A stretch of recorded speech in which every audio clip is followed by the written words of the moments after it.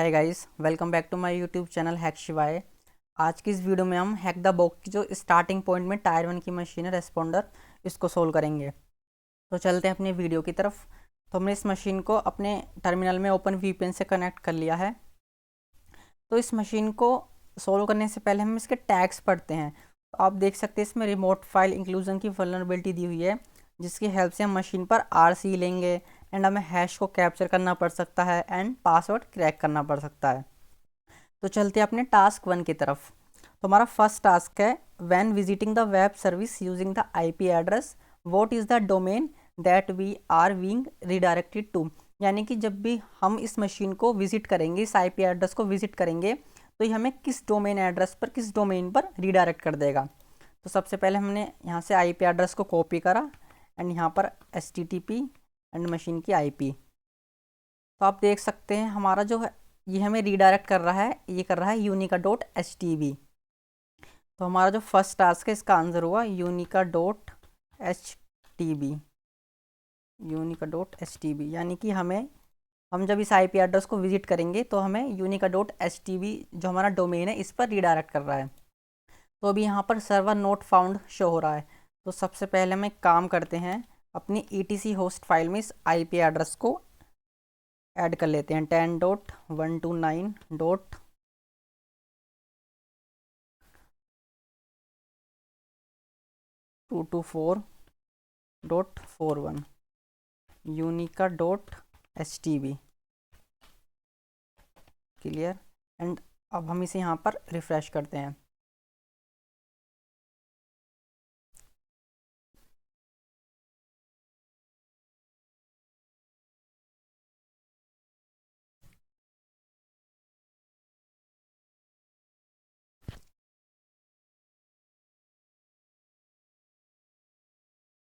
वैसे आप देख सकते हैं हमारे सामने जो वेबसाइट है वो अभी ओपन हो रही है, तो इसमें थोड़ा टाइम लग सकता है। तो वैसे आप देख सकते हैं हमारे सामने जो वेबसाइट है वो ओपन हो चुकी है। तो चलते हैं अपने नेक्स्ट टास्क की तरफ। हमारा नेक्स्ट टास्क है, which scripting language is being used on the server to generate web pages. यानी जो हमारी स्क्रिप्टिंग लैंग्वेज है वो सर्वर पर कौन सी यूज़ हो रही है वेब पेज को जनरेट करने के लिए। तो मोस्ट ऑफ द केसेस में PHP ही यूज़ होती है, लेकिन आप चाहे तो यहाँ पर अपने वेबलाइजर एक्सटेंशन की हेल्प से भी चेक कर सकते हैं। तो आप देख सकते हैं हमारा जो प्रोग्रामिंग लैंग्वेज है वो PHP यूज़ हो रही है। तो इसका आंसर हुआ PHP। देन हमारा नेक्स्ट टास्क है, what is the name of the URL parameter which is used to load different language version of the web page। what is the name of the URL parameter which is used to load different languages version of the web page। यानी कि जो हमारा web page है इस पर जो हमारा language को लोड कर रहा है उस URL पैरामीटर का क्या नाम है, जो डिफरेंट लैंग्वेज के वर्जन को लोड कर रहा है। तो आप देख सकते हैं जो हमारा लास्ट है इंग्लिश, एंड इसमें हमें 2 लैंग्वेज और दी हुई हैं। तो जैसे ही हम FR यानी कि फ्रेंच पर क्लिक करेंगे तो आप देख सकते हैं हमारी जो french.html जो लैंग्वेज का वर्जन है ये हमारे जो पेज है इसके अंदर स्टोर हुआ। एंड जैसे ही हम दोबारा इंग्लिश पर यहाँ पर क्लिक करेंगे तो हमारा जो english.html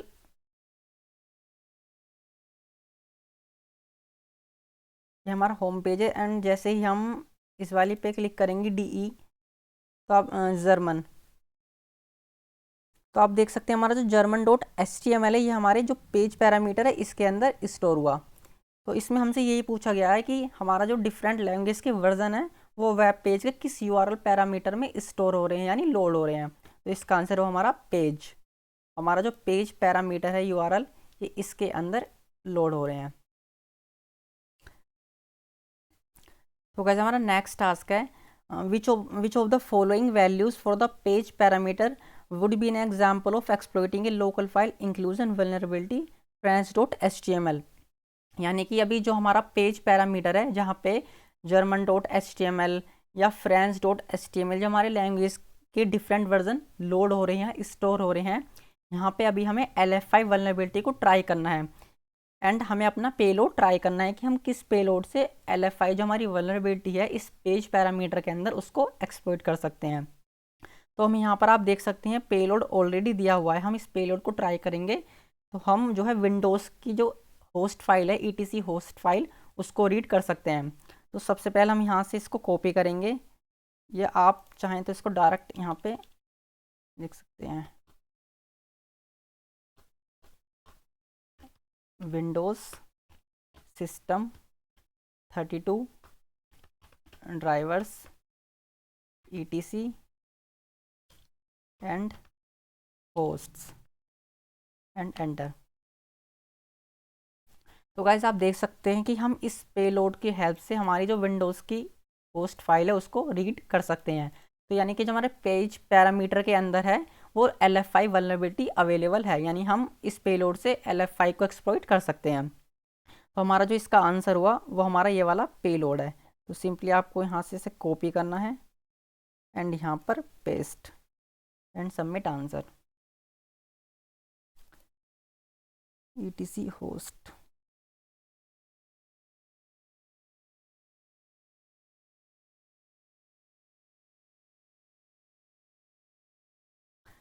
सक्सेस। देन हमारा नेक्स्ट टास्क है which of the following values for the page parameter would be an example of exploiting remote file include vulnerability friends.html। यानी कि जिस तरह से अभी हमने अपने friends.html पेज पैरामीटर के अंदर यहाँ पर LFI को एक्सप्लॉइट किया था एक एग्जाम्पल से, एक पेलोड से, उस तरह से हमें यहाँ पर उस पेलोड को डालना है जिससे हम RFI को एक्सप्लॉइट कर सकें। तो सिंपली LFI एंड RFI में एक बेसिक डिफरेंस ये है, LFI में हम अपने विक्टिम सिस्टम की फाइल्स को रीड कर सकते हैं एंड RFI में हम अपने सिस्टम से विक्टिम सिस्टम पर कुछ अपलोड कर सकते हैं, जिसकी हेल्प से हम अपनी रिवर्स शेल का कनेक्शन ले सकते हैं। तो सिंपल अभी हमें यहाँ पर जो है वो पेलोड ऑलरेडी दिया हुआ है, IP address and some file, आप यहाँ पर रैंडम फाइल कुछ भी यहाँ पर आप ट्राई कर सकते हैं। हमने सिर्फ इसको यहाँ से कॉपी किया एंड यहाँ पर हमने पेस्ट कर दिया। तो आप इस पेलोड की हेल्प से चेक कर सकते हैं पेज पैरामीटर के अंदर आप RFI को, पेज पैरामीटर के अंदर आप RFI को एक्सप्लॉइट कर सकते हैं। देन हमारा नेक्स्ट टास्क है what does NTLM stand for. आपको पता होगा NTLM जो है challenge response based authentication system है जिसका यूज़ विंडोज़ में होता है। तो इसकी फुल फॉर्म है new technology LAN manager. Then हमारा नेक्स्ट टास्क है which flag do we use in the responder utility to specify the network interface. यानी कि जो हमारा रेस्पोंडर है और उसमें हम किस फ्लैग की हेल्प से इंटरफेस को आइडेंटिफाई करते हैं, इंटरफेस को स्पेसिफाई करते हैं। तो उसका आंसर है -I stands for interface. Then हमारा नेक्स्ट है there are several tools that make a net NTLM version to challenge response and try millions of passwords to see if any of them generate the same response. One such tool is often referred to as a John, but the full name is what? तो यहाँ पर simply हमें John the ripper का full name डालना है, John the ripper and submit answer. Then हमारा next है what is the password for the administrator user. यानी कि हमारे एडमिनिस्ट्रेटर यूज़र का पासवर्ड क्या है। तो गाइस सब सिंपल हमें जो है RFI को एक्सप्लॉइट करना है एंड RFI को एक्सप्लॉइट किस तरह से करना है हम वो देखते हैं। तो सबसे पहले हम अपना रेस्पोंडर ऑन कर लेते हैं। तो बेसिकली रेस्पोंडर अगर आपको नहीं पता क्या है तो रेस्पोंडर की हेल्प से हम जो हमारा ऑथेंटिकेशन होगा, जो हमारा NTLM का ऑथेंटिकेशन होगा, हम उसका हैश को कैप्चर कर लेंगे। यानी कि अभी हमारा जो रेस्पोंडर है ये हमारे लिए एज ए मिडिल मैन काम करेगा। जो भी हमारा विंडोज़ में NTLM ऑथेंटिकेशन होगा जो चैलेंज रिस्पॉन्स बेस्ड होता है, हम उसको रेस्पोंडर की हेल्प से उसका जो हैश है एडमिनिस्ट्रेटर यूज़र का उसको कैप्चर कर लेंगे। तो रेस्पोंडर, देन उसके बाद आपको -I यानी कि इंटरफेस, आपको जो हमारा इंटरफेस है वो देना है। तो इंटरफेस आपको चेक करने के लिए सिंपली यहाँ पर टाइप करना है IP स्पेस IA। तो आप देख सकते हैं जो हमारा ओपन VPN का जो इंटरफेस है 10.10.16.19 वो है TUN0।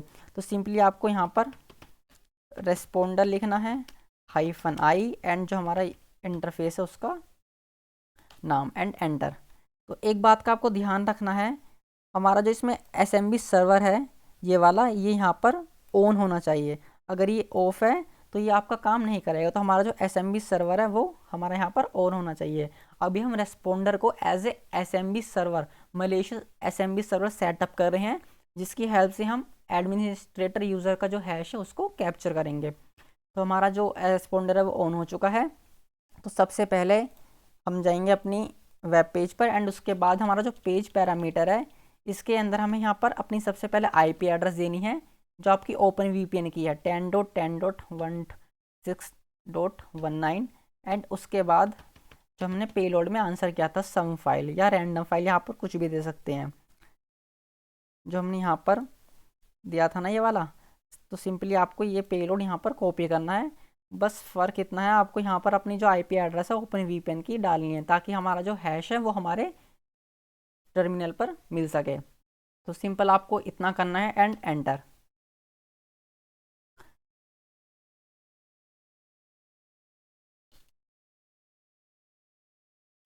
टेन डॉट 10.16.19 सम फाइल। तो गाइस हमारी यहाँ पर अभी प्रोसेसिंग स्टार्ट हो चुकी है। तो आप देख सकते हैं हमारा जो एडमिनिस्ट्रेटर का हैश है वो हमारे रेस्पोंडर ने कैप्चर कर लिया है। तो गाइस इस हैश को कैप्चर करने में रेस्पोंडर को थोड़ा टाइम भी लग सकता है। तो जब तक ये हैश कैप्चर नहीं हो जाता आपको वेट करना है। एंड एक बात का ध्यान रखना है, आपको इस वेब पेज को यहाँ से क्रॉस नहीं करना, यानी कि बंद नहीं करना है तब तक आपका हैश कैप्चर नहीं हो जाता। तो अभी हमारा यहाँ पर हैश जो है वो कैप्चर हो चुका है। तो हमारा जो टास्क था वो था what is the password for the administrator user. तो सिंपली अभी जो हमने हैश को कैप्चर किया है अभी हमें इसे क्रैक करना पड़ेगा। अब क्रैक करने के लिए हम यूज़ करेंगे जोन द रिपर टूल। जैसा कि यहाँ पर हमें ऑलरेडी बताया हुआ है, there are several tools that make a net NTLM version two challenge response and try million of password. सबसे पहले भी हम इसको यहाँ से कॉपी करते हैं। हमने इसको कॉपी करा एंड एक न्यू टैब ओपन करते हैं।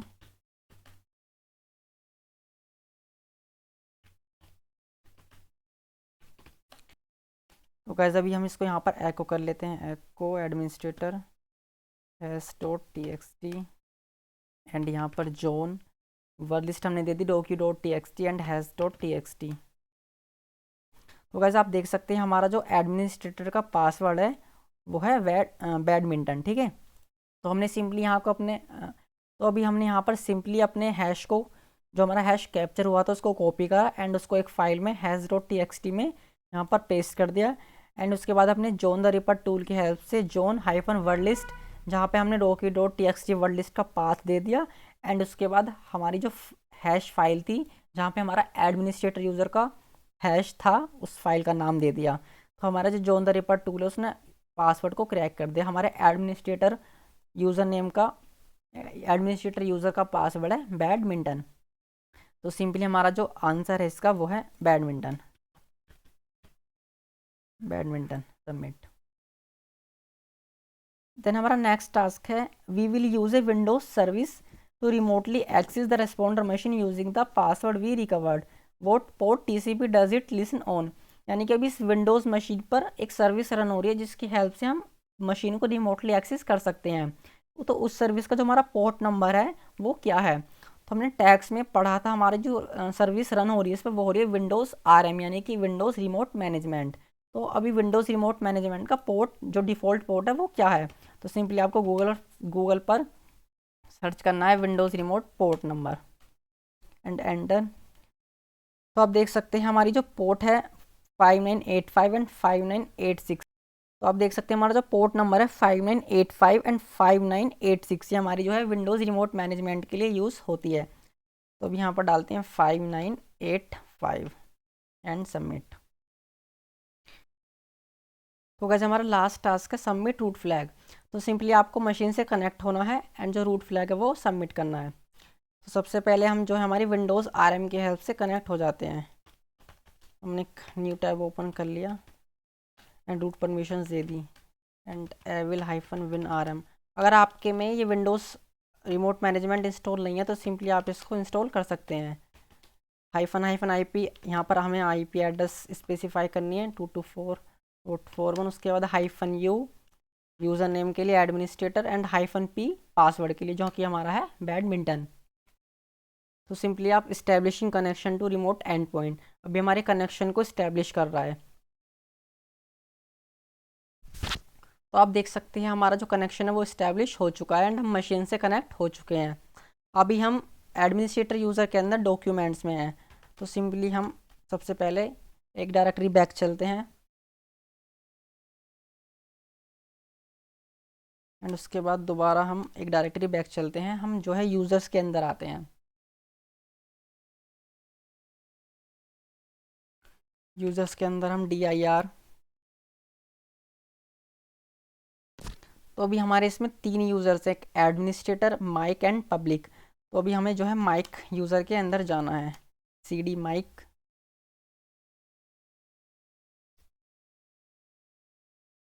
dir and desktop.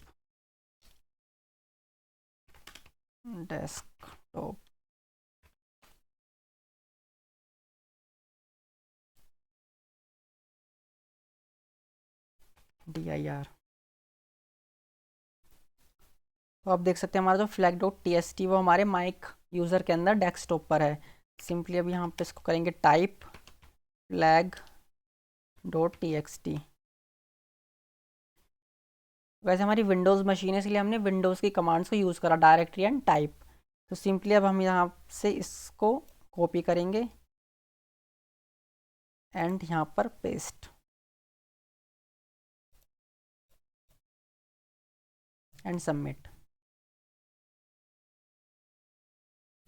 तो वैसे आप देख सकते हैं हमारी जो मशीन है वो सक्सेसफुली सॉल्व हो चुकी है। तो आज की इस वीडियो में इतना ही, मिलते हैं नेक्स्ट वीडियो में एक न्यू मशीन के साथ। Thank you.